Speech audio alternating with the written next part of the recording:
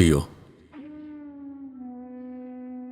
আজ আর কোনো অভিযোগ নিয়ে লিখছি না, কোনো প্রশ্নও নয়।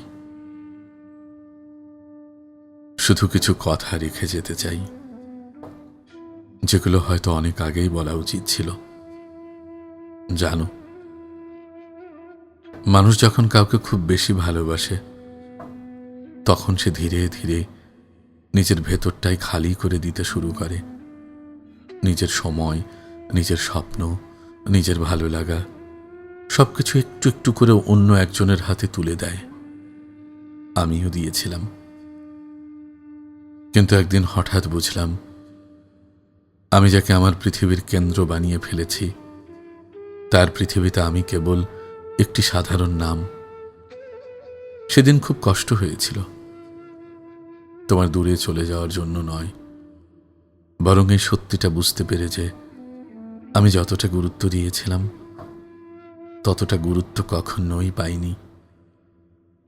তবুও তোমাকে ঘৃণা করতে পারিনি, কারণ ভালোবাসা শেষ হয়ে গেলেও মায়া সহজে শেষ হয় না। অনেক রাত আমি জেগে থেকেছি, ভেবেছি হয়তো একদিন তুমি বুঝবে, হয়তো একদিন ফিরে এসে বলবে থেকে যাও।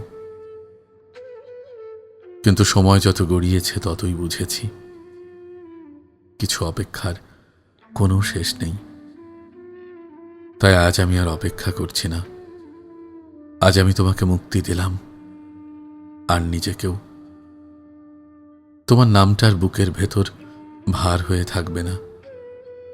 তোমার স্মৃতিগুলোকে আমি যত্ন করে রেখে দেব, কিন্তু তাদের আর আমার বর্তমানের দরজায় কড়া নাড়তে দেব না। তুমি ভালো থেকো। হয়তো কোনো একদিন হঠাৎ দেখা হবে, তখন আমরা দুজনেই অন্য মানুষ হয়ে যাব। হয়তো চিনব, হয়তো চিনব না, কিন্তু আমি নিশ্চিত সেদিনও তোমার জন্য আমার মনে কোনো রাগ থাকবে না, শুধু একটু নীরবতা থাকবে। কারণ কিছু ভালোবাসা সম্পর্ক হয়ে বাঁচে না, তারা স্মৃতি হয়ে বেঁচে থাকে। আর কিছু মানুষ জীবনে থেকে যায় না, তবুও হৃদয়ের একটি কোণ চিরকাল তাদের জন্য ফাঁকা থাকে। ইতি। এক সময় তোমাকে নিজের পৃথিবী ভাবা মানুষটি।